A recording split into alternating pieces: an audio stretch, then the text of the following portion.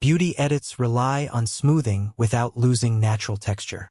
Begin by gently correcting exposure and adjusting white balance to ensure accurate skin tones. Remove small imperfections using the healing brush, but avoid eliminating all texture.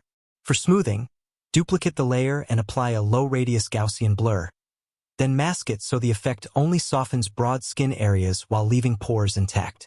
Lighten under eyes carefully to maintain realism. Enhancing the lips with subtle saturation makes them appear healthier without drawing excessive attention. Sharpen eyes, brows, and lashes to create compelling focal points. If needed, add a slight glow to highlights for a polished, beauty-inspired finish.